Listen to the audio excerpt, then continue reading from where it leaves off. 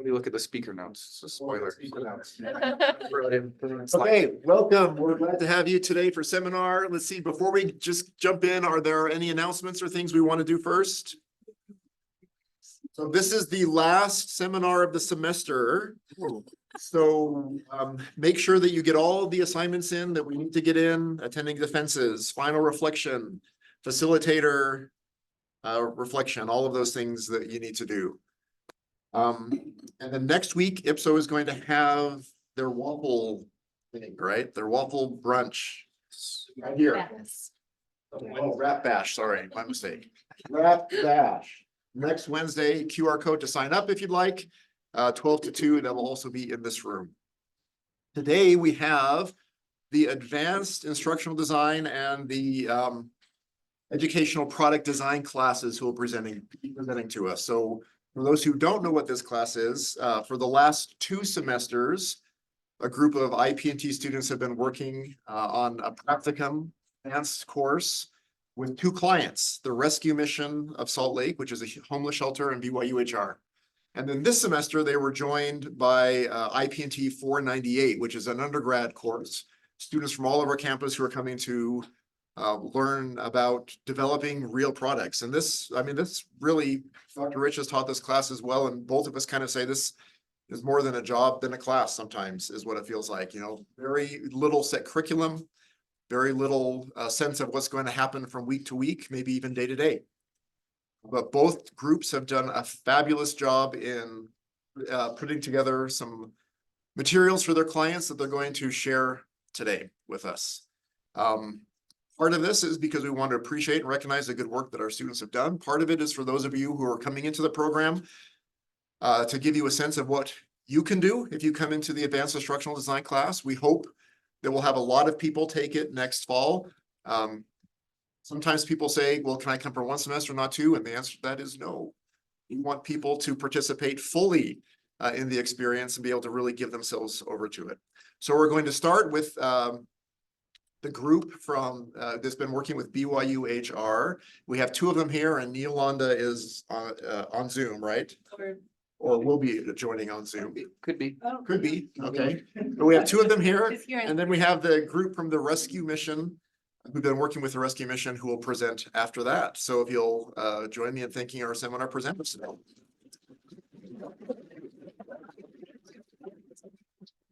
You look good, Dallin. Thanks, Ben. I trust that I misunderstood. You always look good. I see some imbalances here. Okay, so like Jason said, 2 clients our class has been working on: Rescue Mission, helping our friends the homeless, and BYU HR. And so we said, Jason, put us on the most exciting team. And he said, great, we're assigning you to compliance training with gets us excited. So Berenice, Yolanda, who's on Zoom, probably we've been working for the past 8 months, and then we have an awesome team of undergraduate students who've been helping us the last few months. None of them are here because of this isn't when we usually meet for class, but we're excited to just walk you through the whole process from when we originally met with the client to what we're about to deliver him next week. So when we originally met, our client, our main stakeholder, his name is Greg Dancliffe. He's a director of development for BYU Human Resources. And he was concerned that there was no standard training for all supervisors at BYU. So he does some workshops that are really awesome and get a lot of positive feedback, but not all supervisors at BYU attend those workshops. And so he wanted something that was easy to access, so something online that all supervisors could complete. He wanted it to be interactive and not boring, because compliance training is, I think, kind of inherently boring. And he specifically highlighted 2 main topics, which were conflict resolution. So as a supervisor, how do you resolve conflict in the workplace? And then some essential policies and laws that supervisors need to know, because if they don't know about them, then they're putting themselves and BYU and potentially their team members in some legal or risky situations. This will just give you a quick overview of what we did last semester. So after meeting with Greg and after he expressed those needs to us, Jason recommended the process of trusting but verifying, right? So we trusted what Greg said, but we also wanted to verify and get proximate to the actual BYU supervisors themselves and see what they were experiencing. So that involved conducting 10 think we did even a little bit more than 10 supervisor interviews, and they lasted about 30 minutes each, just asking them about their experience as supervisors, a day in the life, what they like about their job, the challenges that they face. And then we did some prototyping. We had different iterations of our prototypes, some things that tested well. The testers really liked having the freedom to choose in the prototypes that we had. The interactivity of what we gave them, and also this narrative approach that we'll show you in a little bit. They really liked that. They did not like having to watch long videos. I don't know that any of us do. They really hated reflection, which I know everyone in here understands the importance of reflection in learning, but they really hated it. And then they hated discussion boards, right? Which that one I do understand, right? The Canvas discussion boards that are, I guess, a necessary evil, so. Okay, so we're gonna show you an example of parts of our product. And before we go through the deliverables. Is that it? Oh, it's after. Okay, it's after, okay. You want to start with that? I want to start with this, yeah, so basically after our needs analysis and the testing and getting proximate and understanding who we were building this product for, we proposed to Greg at the end of December 2023 that this was what we're going to deliver at the end of this semester, which is 2 training modules.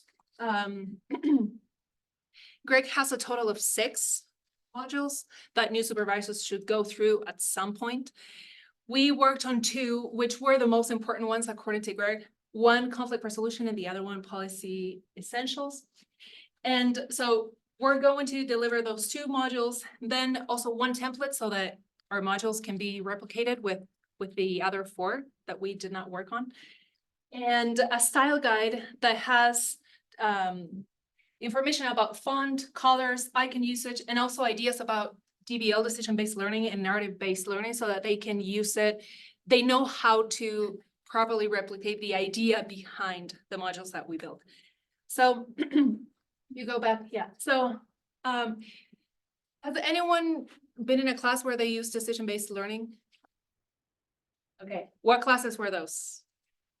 Well, a stats class, and then I also helped to design a decision-based learning model for a teacher, Yeah. professional development for teachers. Yeah, so basically my experience also comes from the stats class, and decision-based learning. An easy way to explain it is a way to train the apprentice to master some area of expertise. And we did not, if you are familiar with decision-based learning, we did not follow it closely, but we're inspired by it. And some of the things that we were inspired by DBL were the agency that is involved in the process of using decision-based learning, the interactivity, and also the just-in-time instruction, the ability to get feedback when you need it and to get instruction when you need it, and not either at the beginning, at the middle, or the end, just the user or the learner being part of that process. And then narrative-based learning, what we used in our modules was, our modules are built on scenarios. So there's a story, beginning, middle, and end. So the user is engaged in this story and is part of the story in the way that the story evolves. And this is basically the general structure that our modules have. First, the trainee assesses the problem in the scenario that is presented at the beginning. Then they have an opportunity to identify what information is needed and whether they need it or not. And then there are opportunities to apply and solve the problem, apply what they learned or already know and solve the problem. So we're gonna start showing you the first module that we worked on, resolving conflict. And more specifically, the structure of this module is building on prior knowledge. We acknowledge that the supervisors come with knowledge already and experience. And then there are opportunities to learn through feedback and considering different perspectives from what they already chose. And we're going to show you an example of that. And then they decide, they make decisions based on the feedback, their knowledge, and the new procedures that they were exposed to. So when they get to the conflict resolution model, they have three options to choose from. Who's the boss, freezing, Dr. Phillips, and Sarah struggles. Those are three different scenarios that will present the trainee with different problems. We're gonna choose who's the boss to show you.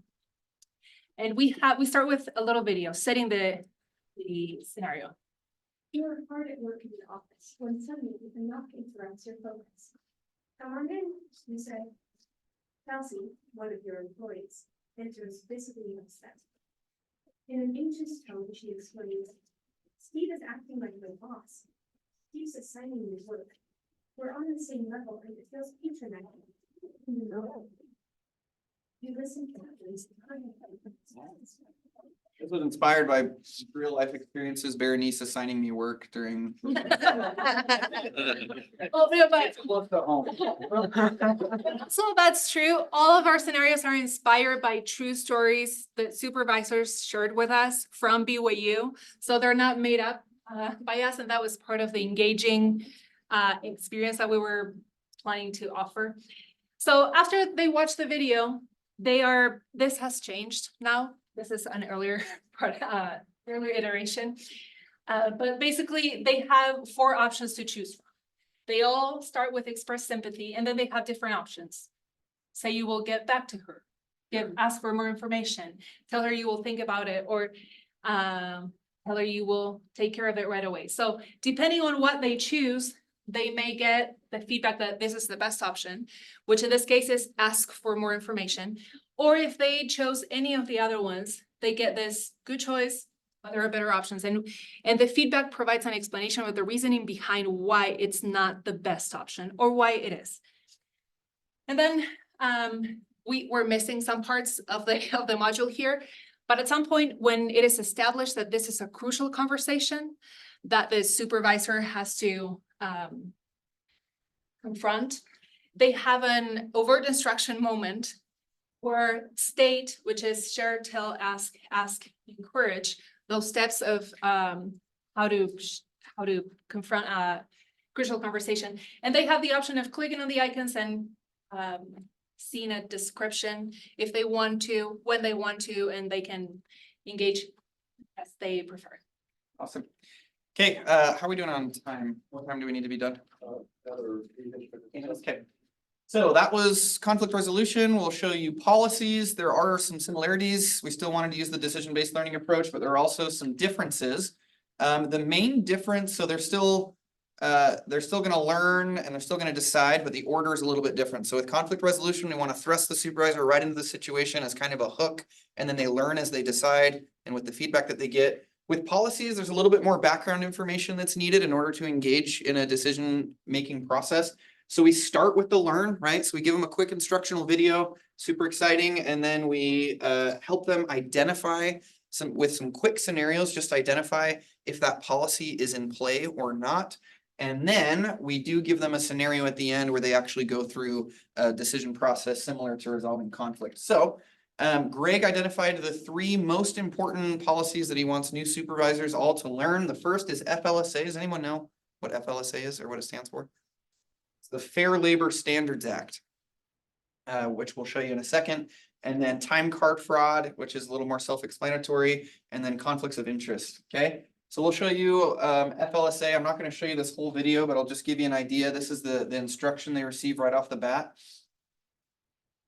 The Fair Labor Standard, or FLSA, is a United States labor law that ensures employees receive fair compensation for their work, protects them against the exploitation of labor, and establishes standards for the employment of minors. Okay. The Fair Labor Standard, or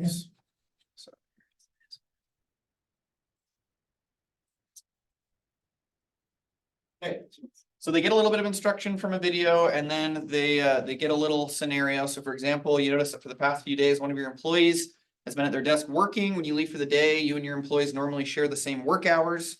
When you review this employee's time cards, you see he clocked 45 hours for the week. So the FLSA is all about making sure that employees are paid for the time that they work, and also that they're compensated overtime if they're hourly and they work over 40 hours a week. So we give them the option to say, does it involve the Fair Labor Standards Act? In this case, it does. and there's an explanation why. If you say it is not the FLSA, there's an explanation why for that as well. And there are multiple scenarios, little scenarios like this, where they just have to quickly identify, is this FLSA? Yes, no, why? Because part of the objective is, as a supervisor, when you see certain situations at work, you need to be able to tell if there's an essential law or an essential policy in play so that you can get HR involved and handle it appropriately. The final kind of culminating scenario is more of a decision-making process. Something like, you see your hourly employees are arriving early and they're starting to work earlier than when their shift begins, and you're wondering, are they clocking in for that time? And so it just walks them through, similar to resolving conflict, walks them through some feedback, gives them some decisions like, do I contact HR right away? Do I review their time punches first? Do I ask them if they're clocking in? And gives them just some feedback on, yes, good option, not the best, or this is the best option. And then at the end, and there's a similar message at the end of resolving conflict, there's this congratulatory message. It says this was a real life situation. You've handled a real conflict, or you've handled a real policy related situation. If you messed up, or if you didn't get all the best options right away, that's okay. Keep practicing, looking out for the Fair Labor Standards Act potential situations as you go about your work. Great leadership skills and attributes take time to develop, with the option to review what they've learned or return to the menu.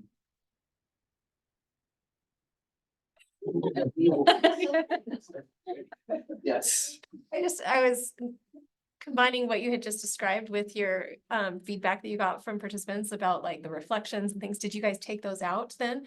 Or are there still parts of those that are part of that I just didn't notice? Yeah, so we don't have currently with what we've built, there's no built-in space for reflection, because these are meant to be just really quick little micro learning experiences. The hope would be that they'd be able to reflect on what they learned with their supervisor, but that's not built into the training. Or the discussion boards or? Definitely no discussion boards, yeah. And part of the reason is that there will probably be no one checking those. So this should be existing independently. So.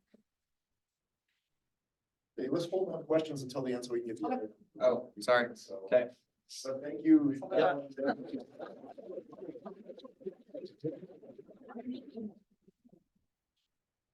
You thought that you came to see Dallin? Nah.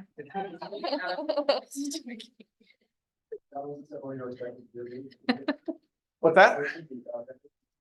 Yeah, Janine should be showing up still, so, but. We have one student that we.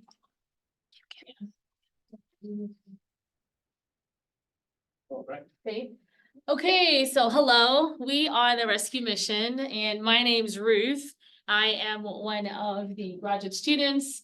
And then Bennett, my friend from Canada, yay, a student. And these are our magnificent friends and colleagues, that have collaborated with us. So we have Kate, and then Catherine, and then Rachel. We are missing two others, which Janine and Kayla, and we hope that you get to meet Janine. And then I think Kayla won't be able to be here, but that's Kayla. And as you can see really quickly, we all have different strengths just by the areas of studies that we chose. And this has been a beautiful collaboration as we collaborated with the rescue mission.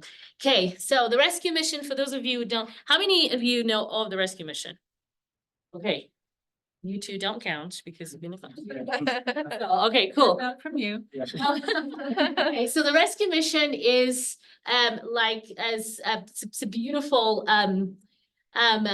organization in Salt Lake, and primarily they help men, our friends, the homeless. There are men, primarily that's their focus. Everything that they do starts and ends with Jesus Christ, and you will have an opportunity to hear and to feel and to understand and want to go to the rescue mission in a minute, when we'll introduce you to Steve and Nikki. Okay, so going back to last year, this is the mission statement. I was going to have Bennett reading, but for the sake of time, let's just move into the next slide, if that's okay. So last year, when Bennett and I had the opportunity to meet with Natalie, and Natalie is our point of contact with the rescue mission. She's is the individual that is responsible for most of the volunteer work that happens with the rescue mission.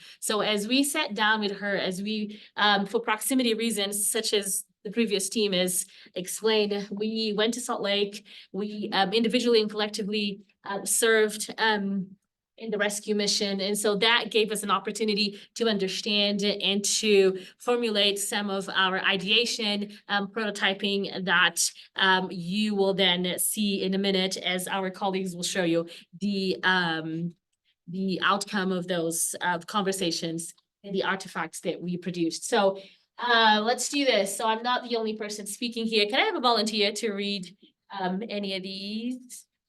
Anyone? Oh, hello, friend. So will you read 1 and 2 and you can read the last one? Thank you. Increase visibility and promote understanding of the needs of our friends, the homeless, and improve the flow and experience of our friends, the volunteers. Thank you. Create sustainable solutions that will be easy to maintain by our friends, the staff. Okay, and so the visibility improves the flow and the sustainability. Let me show you what that looks like or started to shaping to become in the next slide, if that's okay. Okay, so these are some of the prototypes that we started to create last semester. As you can see, you know, they started just low fidelity, and then, you know, we moved to a couple of that started to looking more, you know, shaping what we wanted to do. Bennett, do you want to tackle? Yeah, so we got a few slides of kind of these prototypes. So this is still the semester. It was just Ruth and I working on this before our lovely undergraduate students joined us. But as you saw those 3 points we kind of identified as the main needs, and we started coming up with potential solutions for those. So we prototyped a whole bunch of different things. This represents just like a card that or a poster that volunteers would have access to when they're on site. This helps volunteers navigate the actual facility. Another section we made is just signage around the building. If you ever have the opportunity to go to the rescue mission, which I hope all of you do, it's a really cool facility, but it's in a very, very old building that was not designed to be a homeless shelter. So it's very hard to navigate your way around. So we just started with some of these physical signs. Now with a lot of these kind of just simple paper signs, Ruth and I actually created a mock-up rescue mission right in this room. And we brought people in from the hallway and asked them like, walk around, sign in, like, and just watch them get lost and struggle to read all of my chicken scratch. But it gave us an idea of kind of, you know, what could be used and needed there. There were some digital things we wanted to work on. So once again, lots of chicken scratch going on over there, but essentially their website, we wanted to work on that. So we just created some static pages here just to kind of show how it could be cleaned up. So there's various different types of volunteering you can do. And on their current website, it's quite confusing to kind of navigate some of that. So we wanted to make that a little easier to understand.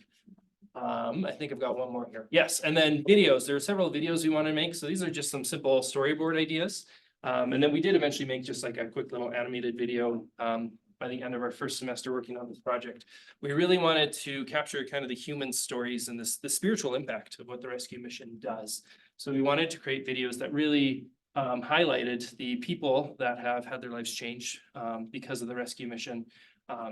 These are designed to be shared on their website as well as on social media as a way to get people to be aware of what the rescue mission is doing and to feel motivated to respond. So this is just a quick sampling of kind of what Ruth and I came up with our first semester. And from there, when we moved into our second semester, where we were joined by our whole team here, we were able to kind of take a lot of these ideas and boost them to the next level. There were several ideas from the first semester too that kind of got abandoned and as other priorities arose and things like that. But these are kind of the ones that we took a little further. So we'll start moving into what we finally delivered. All right, so our final deliverables focus mostly on the videos that the staff members of the rescue mission don't have the time or resources to create, as opposed to some of the other things that they do have a little bit more ability to do with their more limited resources. And so first we're gonna start with Stephen's interview and we'll wrap up with Nikki's. Those are both some of those inspirational first-person stories of people who've gone through the programs at the rescue mission. And so we'll just start by moving on to that. Well, then I share the sound, so click the green new share button New share. and click the sound of the video. Share. All right. Thank you, Dr. Okay. So Lights on. Janine, who just joined us, actually, it's just Yeah. the time. She's the one who worked on Steven's interview. I don't know if you want to say something about it before we launch in, or.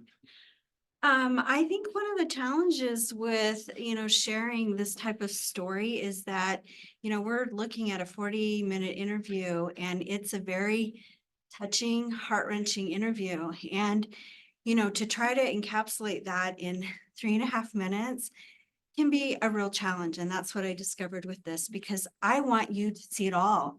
I feel like I'm robbing you of that same experience that I had by putting it in a 3.5 minute video. So that's just preferencing, I Yeah. guess, both Stephen and Nikki's interview. Do we need any of the lights dimmed or something? Oh. You.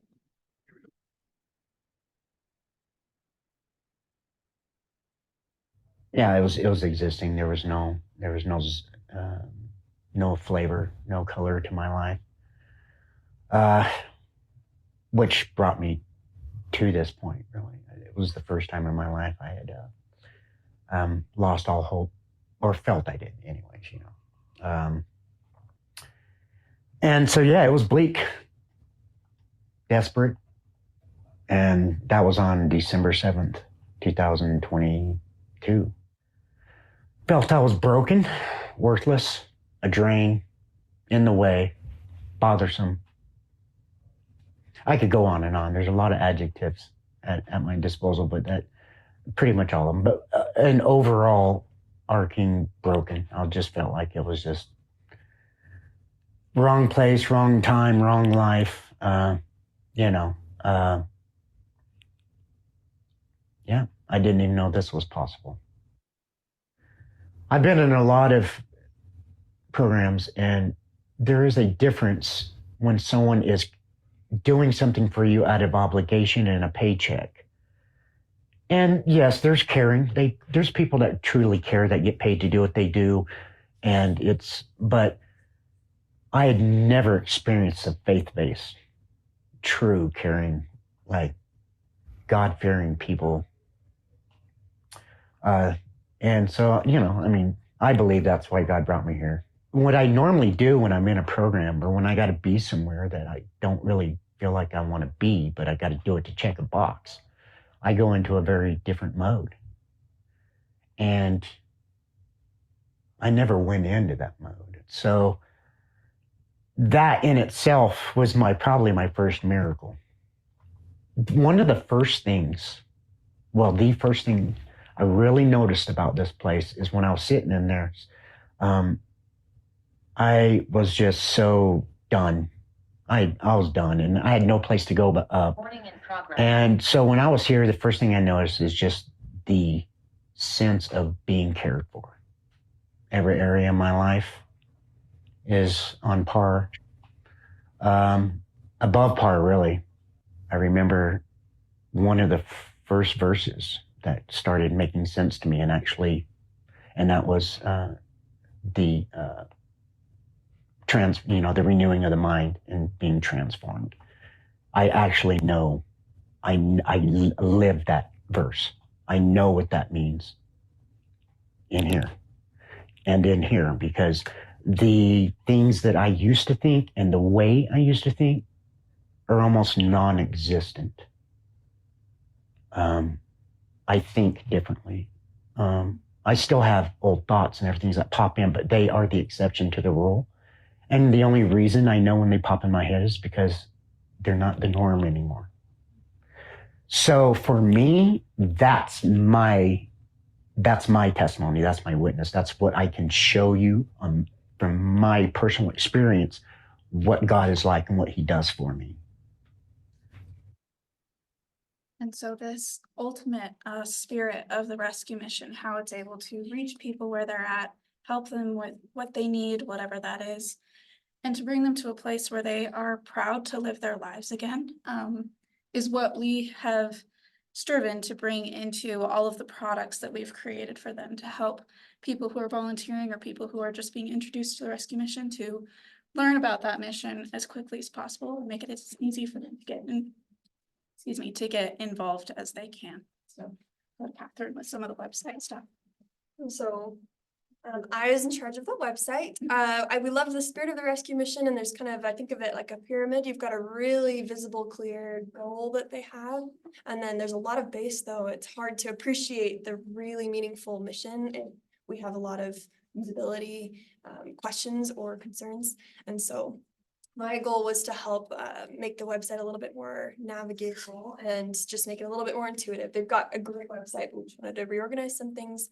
The way I went about this was identifying 4 areas that I thought might be able to be improved, because the director of the rescue mission is pretty resistant to any changes technology wise. And so we thought we could present 4 different areas and he could implement one or all of them, which is why we didn't actually work on the website. We just created some pages that they could use for a reference. If they like them, they can give them to the web designer and they can implement them from there. So I can show you. We're gonna go here. And we'll present all of these in a slide. Open it works. So we have the navigation menu is the first observation that we noticed. Here's a picture of, they're very familiar with their website, so I'll try to explain what it was as I go. But here's a screenshot of their website, and you'll notice there's 45 places you can click right away, which means that you're spending a lot of time just on that front page trying to find where to go. It's not bad, it means there's a lot of information. But we thought perhaps a better way would be to organize all of those into categories, just 4 different buttons. And so instead of on the left here, you have the list of everything you could have clicked on. And then here's my recommendation on how we might sort them into even just reorganizing what's there into just 4 different buttons. What we do as in the rescue mission, what you can do as the volunteer, kind of about the rescue mission, their history and all of that, and then their contact information. And so right away when you arrive on the website, you could find anything you needed a little bit quicker. And then here is a zoomed out version of what that looked like. Here's a zoomed in. And this is the new homepage for the rescue mission. The next observation would be that there are a ton of pages, as you just saw. And once again, a lot of them are very short. It's just about a paragraph. And so to find information, you as the user you're clicking in, you're clicking out. Again, not a bad thing, but having all the information in a more centralized place might appeal to them, because it will help anybody looking for information about the rescue center to stay longer. And they want to promote their vision. And so we thought perhaps a way to do that would be to just simplify the information just onto master pages. And so then maybe in a drop down, instead of you have 5 or 6 or 7 or 8 different places you could go in the About Us, you could only actually click on 3 and find everything you need to find. So here's an example of what that looks like. If we're on our homepage, I did that like what we do. If you were to click on now, there's only 3 options and it's pretty easy to find. We like less options as human beings. And so here's our story and our values. So on that page, you'd find our mission, our vision, the statement of faith that guides them, kind of their history, and a little bit of information about homelessness. And so all of this you would find in one area. Similarly, I can show you, here's other 2, your leadership and your staff page, which would also include their board of directors and their message from the director. All 3 of those elements were different pages before. And then last, you'd have the locations, which it makes sense for these to similarly be on their own. As well as the addresses and contact information just on one page, easy to find. So it doesn't mean that every page is going to be gigantic. It just means that information that goes together would be found together to help. Officer, how many of them should I do? Based on the time that we have. Okay. Okay, so observation 3, we had big banners at the bottom of every page asking about donations and subscribing to the newsletter, both of which are very important for the rescue mission. And something that I've learned in my classes, my major is UX, it's user experience, it's developing kind of websites, is something that if it's big and repetitive, we'll tend to tune it out. And this is really important. And so instead I thought maybe we highlight these things on the main page and then we move them to the footer of the website so that anybody looking for most important, that is a place that you go, is the very bottom to find contact information, copyright information, and then the donate now and the newsletter. And so instead of cluttering every single web page with the same banners at the bottom so that maybe they aren't noticed as often, we could maybe move them to the bottom and so it feels more intentional, and then highlight them a lot on the homepage. So here's what that would look like. This is our leadership and staff page from before. All the way down at the bottom, you would see this is all information that was there already. And then here's our newsletter, donate now, in bright, big accent colors, the call to action colors, so that they're still noticeable. And then the fourth observation was the volunteer page, and as Bennett mentioned, that was one of the highlights is us as a team, we tried to volunteer and it created quite a bit of friction just with, there wasn't a ton of information. A lot of questions that we had, we didn't mind calling Natalie to ask, but we thought of to maybe help the user have a bit more excitement for the experience and less questions and uncertainty.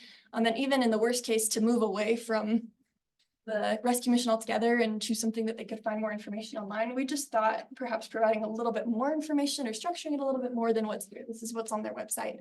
Essentially, all that's there is Natalie's phone number and her email, and that's it. And so there's not a lot of other information, even promoting all the great programs that set the rescue mission apart. And so we thought a way to improve that might be to include just as much information as possible in a structured way. So this is what an example of that might look like. And information explaining kind of what is the volunteer mission at all. 4 ways to volunteer. They have these 4 different types and they need different volunteers at different times. If they decide to implement this, ideally they would include maybe time expectations or how many volunteers at a time. If you've got a big group of, a school group, for example, that we all want to come in, maybe it wouldn't be best to do meal service, it'd be best to do something else. Just helps answer questions here right away. We have a picture of Natalie, who's the volunteer coordinator. This would be easy to switch out for a different picture if once that changes. And her information really easy. If that's all you're looking for, you can find it really quickly. And then also the release forms, instead of navigating somewhere else, you'll just see it right there. You won't have to search the website and wonder. And then a video of that will show you a little bit later of here's a tour so that when you get there, you understand where you're going and it's not super intuitive once you park. And so this would help volunteers navigate there quicker. And so with these 4 different changes, we're hoping that we'll just increase the functionality of the website to help appreciate that larger mission of helping people find Christ to be rescued. These are just logistical things you could do to help that purpose. Back to, sorry. Yeah, we are running a little short on time here, so we will cruise through some of this next stuff. So this one will just really quickly, we've designed some more signage to be put up around the building. Kayla, our team member that wasn't able to be here today, she's been working on the signage portion of this. Really self-explanatory though, just making sure it's easy to find your way around and to make sure signage looks. And then we did a series, a major interview that we cut into a series of videos answering logistical questions, as well as some personal experience and adding that personal touch from Natalie, the volunteer coordinator. And these are designed that they, even once she has moved on or whatever the circumstance may be, that these can still be used for the longevity of the rescue mission. So we won't watch one just for time's sake, but we do cover a wide variety of a lot of the questions that Catherine was able to piece out on the website. So these can be inserted into the website, shared on social media, any of that as well.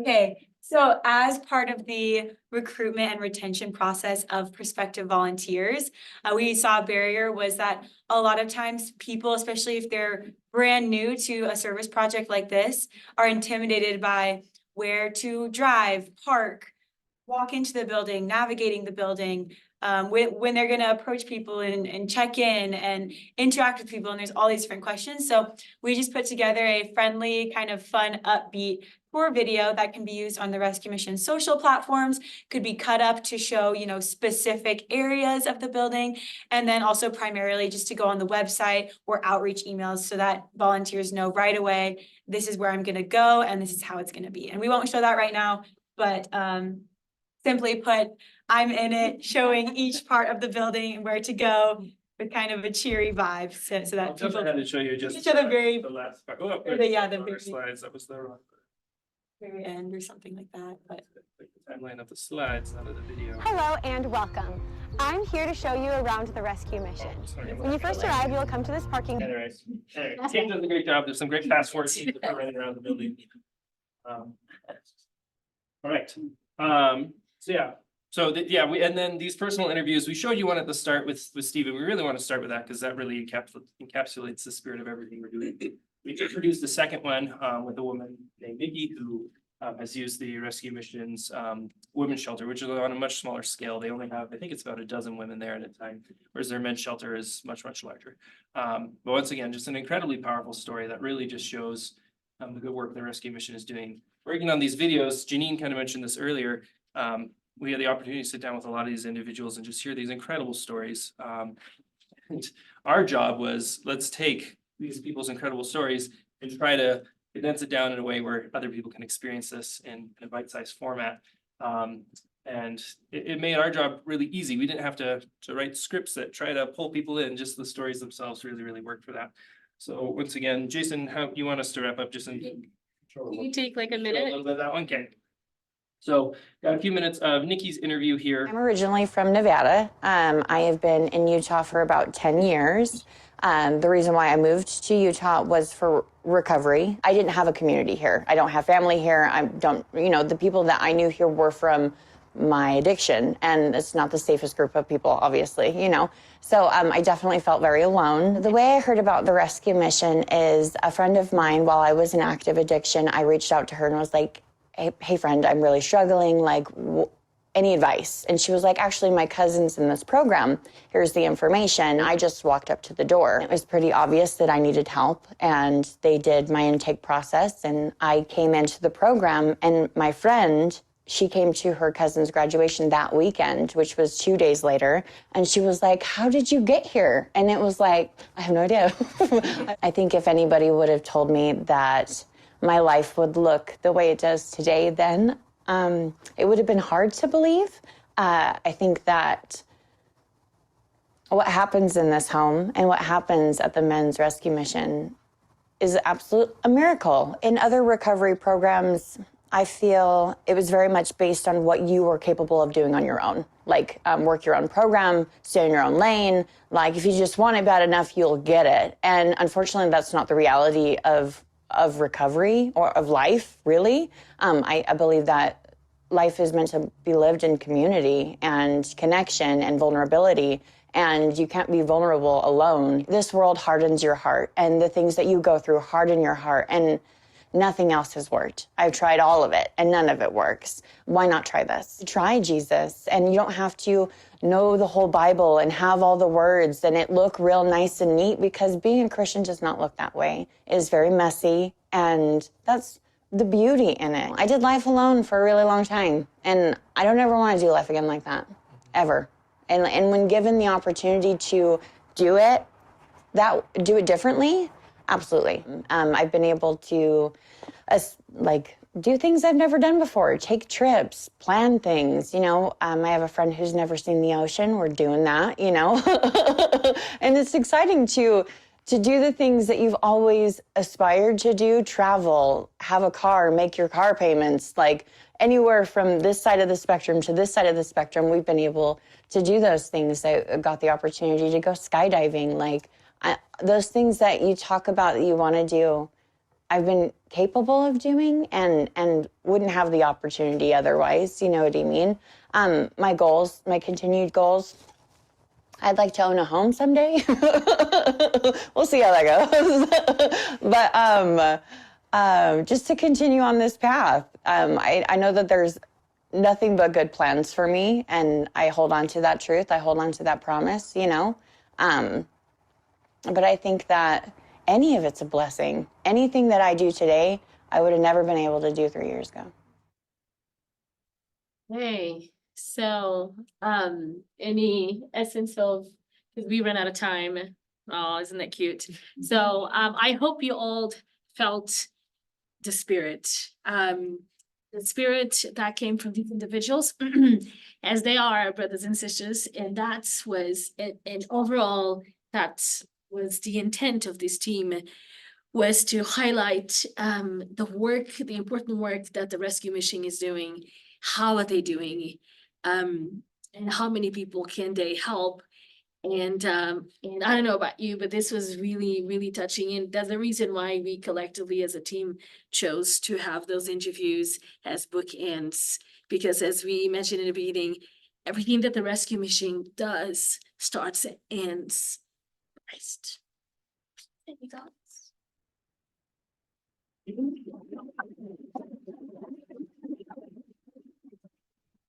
We have a couple minutes. Ben, let's go back to your question, and then we can see if there's time for any others. Did you have a question for the? Yeah, and your question for these guys. So I was just curious, like with the process, how long did you spend doing interviews and gathering like or doing prototyping as well versus all the later content creation and testing? So we started that's the part that we did last semester, mostly the interviews and the first very simple prototypes that we had. And we spent, I'm gonna say, a week or two doing just interviews and then seeing what came up, and then testing. I have no idea because we did so much in like little parts and with. The whole interviewing process probably took about 4 weeks because we had to get some names from Greg of who we could interview. Then we had to schedule them, do them, analyze them. So that took about 4 weeks, and then the prototyping took another 3 or 4 weeks probably. This semester has been mainly, like Berenice was saying, has been development. So actually going into storyline 360 and like building it and building out the content, and then testing the content that we were building. Is there any part that you wish you were able to spend more time on looking back at the process you followed now? That's a great question. Do you have an answer off the top of your? I always wish we had more time to do more interviews or actually hear from more people. We did do more than 10 interviews, but there are, I don't want to say numbers, but there are probably more than 100 supervisors at BYU, right? So sometimes feeling like that what we were getting was actually truly representative was a challenge, but we had to also trust, part of the process. So. Thank you.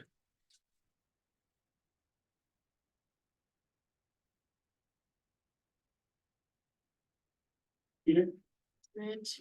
would you guys recommend participating in this class for future students and why? Maybe we should have our friends. That's the undergraduate. The ones- I was gonna say we should have Dr. McDonald step out. And This stuff he can take.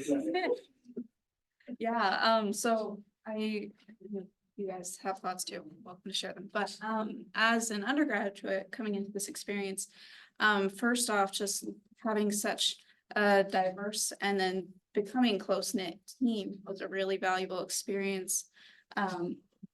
Just going through the process and making these things that you learn about in classes from reading textbooks and lectures and stuff come to life and actually be able to apply them in much more personal and meaningful ways, especially working on the team for the rescue mission. This is stuff that just because of logistical resources that they have, they can't do for themselves at this time. And hopefully, eventually they'll be able to, but for now, without us, their program would still be a little bit farther behind than what it could be and what they have the potential to grow into. And then it was just a really meaningful experience as far as BYU's aims, being spiritually enriching and intellectually enlarging, all of those categories. And we frankly wouldn't have been able to do it without our grad students to not only pave the way, putting more time into a lot of the research that you really can't do in one semester, even 2 semesters, but getting a head start on that, and then allowing us to come in and really thrive putting our talents and skills into creating the products. It's just a really, really unique and amazing experience, frankly. I don't know. I would just say as a grad student, when I was looking into applying to the IP&T master's program, this experience is what I was hoping for, like servicing a real client while getting mentorship from someone like Dr. McDonald, who has industry experience and going through the entire design process. It's been the peak of my master's program personally, just with what I was hoping to get out of it. Yeah, I'd echo that. For IP&T students, take this class. It's great. First off, just logistically, you get your internship credit and a course credit, which is nice to get that out of the way. But yeah, to be able to work on something for 2 semesters, I don't know, you're much more invested in it. And because the stakes are higher, there's a real client, that also makes you more invested. And getting to know the other grad students in the course this first semester, just working that closely with people was really, really rewarding. And my resume, now that I'm about to graduate, is full of skills from this course. This is my most marketable course as far as getting a job that I've been in, for sure. Yeah, and so the majority Berenice now is research, but the majority of the graduate students were design. So I came out of the research area. And for those of you who are research versus design, don't even make a distinction. You will gain those skills that you need. And so especially those of us who like more research, we tend to kind of sometimes shy away from the design process. This for me, which was an area for me that it took a lot more courage of me to be able to dive in and to learn and to cry and to understand and to do it. It was so beneficial. And so if you are a research track, I absolutely would say do it with confidence and was also very cool. And I know a lot of us in here have had, you know, managing experience in one way or another, but this was really cool for us to be able to, you know, step into that world a little bit, like Rachel said, and have all these dynamics. But, you know, above all, regardless, if you are research, please consider to actually experience your internship this way. At least that has been, and I graduated in December, so I'm happy that this was the last class that I took that I need, you know, to count for my program. Thank you for those kind words about the class.